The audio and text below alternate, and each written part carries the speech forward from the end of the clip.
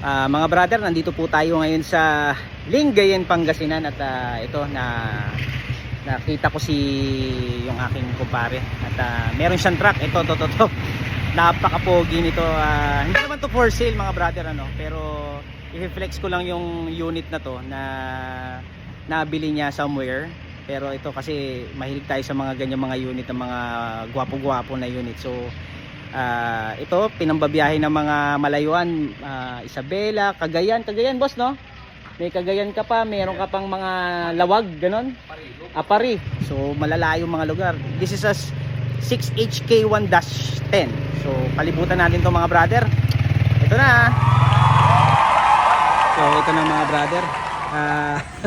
Hindi po ito for sale. So gusto ko lang i-flex itong yung unit ng ating mabuting kaibigan mga brother. Isuzu forward 6HK1-10 na forward wing van. Ang ganda oh. So nakuha niya to mga brother ng secret. Pero ito mga presyo nito sa Subic mga brother nasa 2.1, 2.2. So ito 11R ang gulong. Pero ito dati hindi niya daw to, hindi daw ganito yung rims niyan. Steel rims pa. So ito binili niya daw to. Saan mo to nabili, boss? Basta somewhere nabili niya yan doon. Pero napakaganda. 2 years niya nang ginagamit pero still fresh. Maalaga yung may-ari. Ang ganda oh.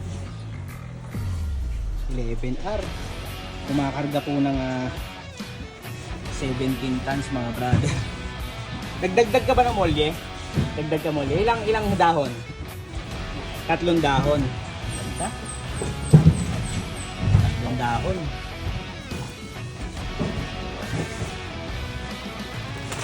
Napaka-pogi oh. Very nice. Loaded.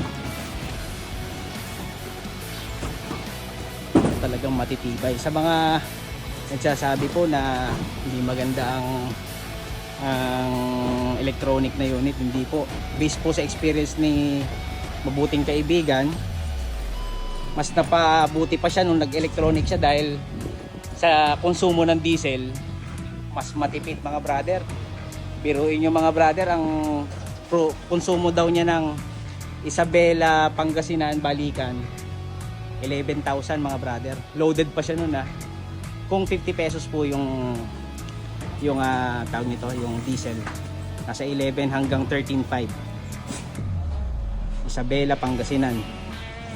Ganda, ang pogi mga brother. Check nga natin yung loob nito mga brother oh. May mangga pa. Ang pogi. 6HK1 FBR. Ito yung mga FBR na tinatawag mga brother. Ang ganda. Siya rin po ang nagdadrive dito kasi ayaw niyang pahawak din sa iba. Ayan eh. Pogi. So yan boss. Ay feature na natin yung unit niya. Shoutout sa'yo boss. Thank you kuya.